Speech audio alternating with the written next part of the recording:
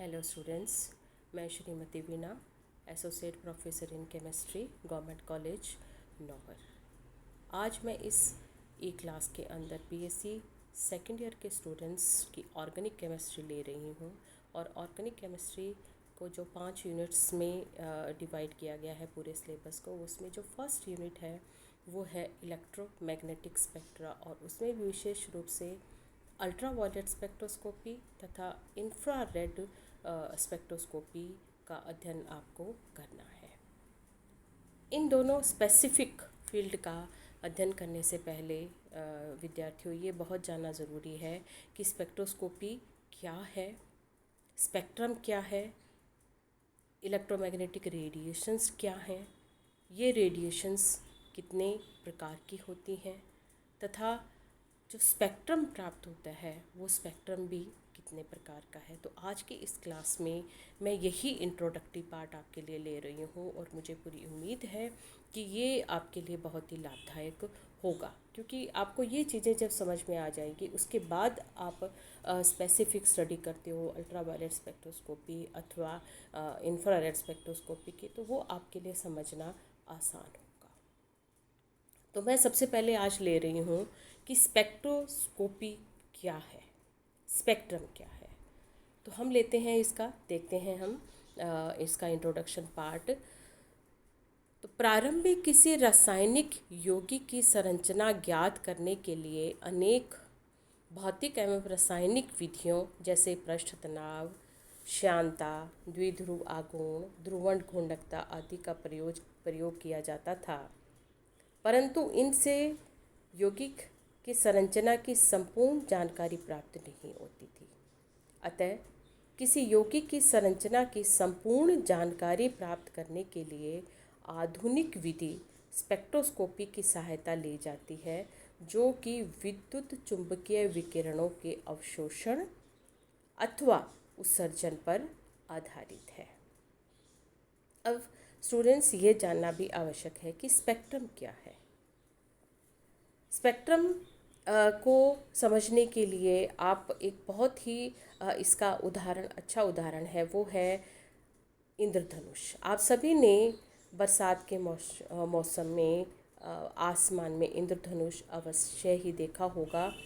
और उसमें क्या होता है कि सूरज की जो किरणें हैं आसमान में एक नेचुरल प्रिज्म बनता है, और उस प्रिज्म के माध्यम से गुजरती है, तो एक 7 रंगों में एक आपको इंद्रधनुष दिखाई देता है। इसे ही स्पेक्ट्रम कहा जाता है। तो हम किस प्रकार से इसको हम इस प्रकार से समझेंगे कि जब श्वेत प्रकाश की किरण को किसी प्रिज्म से गुजारा जाता है तो यह विभिन्न रंगों व तरंग दैर्ध्य के अवयवों में विभक्त हो जाती है।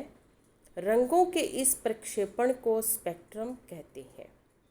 श्वेत प्रकाश वस्तुतः 7 रंगों का मिश्रण है, जिसके प्रत्येक रंग के विकिरण की तरंग दैर्ध्य भिन्न भिन्न है। श्वेत प्रकाश एक प्रकार के विद्युत चुंबकीय विकिरण है। इसके बारे में सबसे पहले मैक्सवेल नाम के वैज्ञानिक ने 1864 में ये जानकारी प्रदान की थी। अब स्पेक्ट्रोस्कोपी क्या है कि किसी अज्ञात संरचना वाले यौगिक का स्पेक्ट्रम प्राप्त करना तथा स्पेक्ट्रम का विश्लेषण कर उस यौगिक की संरचना की व्याख्या करने के लिए जो विज्ञान है, उस विज्ञान को ही स्पेक्ट्रोस्कोपी कहा जाता है। अब इलेक्ट्रोमैग्नेटिक रेडिएशन क्या है? विद्युत चुंबकीय विकिरण। प्रकाश विद्युत चुंबकीय विकिरणों से मिलकर बना होता है, और जैसा कि आप सब ने पढ़ा होगा कि प्रकाश का ड्यूल नेचर होता है। सन 1900 में मैक्स प्लैंक ने विकिरणों का क्वांटम सिद्धांत बताया कि पदार्थ द्वारा विकिरणों का अवशोषण अथवा उत्सर्जन सतत ना होकर ऊर्जा के पैकेट्स के रूप में होता है, जिन्हें क्वांटा या फोटोन कहते हैं। विद्युत चुंबकीय विकिरण की ऊर्जा को निम्न समीकरण से समझा जा सकता है, दर्शाया जाता है। E equal to h nu, जहाँ E ऊर्जा को रिप्रेजेंट कर रहा है, H प्लैंक्स कांस्टेंट है और न्यू आवृत्ति है। अब न्यू, क्योंकि न्यू बराबर होता है C बटा लैम्डा, अगर तो E बराबर हो गया H C बटा लैम्डा, अर्थात ऊर्जा के घटने से आवृत्ति का मान घटता है तथा तरंग दैर्ध्य का मान बढ़ता है। अब आप नीचे एक टेबल देख रहे हैं। इस टेबल में अलग अलग प्रकार की विद्युत चुंबकीय विकिरणों को दिखाया गया है तथा इसके साथ ही इन विकिरणों की ऊर्जा, आवृत्ति, तरंग दैर्ध्य और तरंग संख्या के मानों को भी दर्शाया गया है।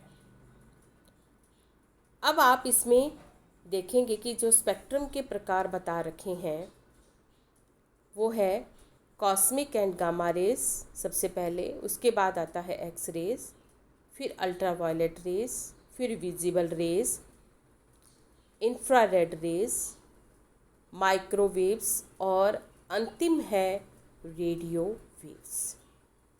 अब अगर इनकी ऊर्जा का क्रम हम देखते हैं तो कॉस्मिक रेज से रेडियो वेव्स की तरफ बढ़े तो ऊर्जा घटती है। आवृत्ति के मान को अगर हम देखें तो कॉस्मिक रेज से रेडियो वेव की तरफ बढ़ते हुए आवृत्ति का मान भी घटता है। इसके विपरीत अगर हम इन विकिरणों के तरंग दैर्ध्य का मान हम देखें तो कॉस्मिक रेज से रेडियो वेव्स की तरफ बढ़ते हैं तो तरंग दैर्ध्य का मान बढ़ता है और तरंग संख्या का मान इसके विपरीत ऊर्जा और आवृत्ति के समान ही घटता है। अतः एक आणविक स्पेक्ट्रम में विद्युत चुंबकीय विकिरणों की ऊर्जा को वेवलेंथ के रूप में तथा आवृत्ति को तरंग संख्या के रूप में प्रकट किया जाता है। अब हम स्पेक्ट्रा की जब हम बात करते हैं तो ये स्पेक्ट्रा दो प्रकार के होते हैं। पहला उत्सर्जन स्पेक्ट्रा और दूसरा अवशोषण स्पेक्ट्रा। अब इन दोनों प्रकार के स्पेक्ट्रम में किस प्रकार की भिन्नता है वो आप यहाँ देखें और उसे समझें। सबसे पहले है उत्सर्जन स्पेक्ट्रा। उत्सर्जन स्पेक्ट्रम में पदार्थ को विद्युत चुंबकीय ऊर्जा दी जाती है तो उच्च ऊर्जा वाले पदार्थ के अणु या परमाणु अतिरिक्त ऊर्जा को उत्सर्जित कर देते हैं। ये विकिरण डिटेक्टर से होते हुए रिकॉर्डर में प्राप्त होते हैं तथा जो स्पेक्ट्रा प्राप्त होता है उसे उत्सर्जन स्पेक्ट्रा कहा जाता है।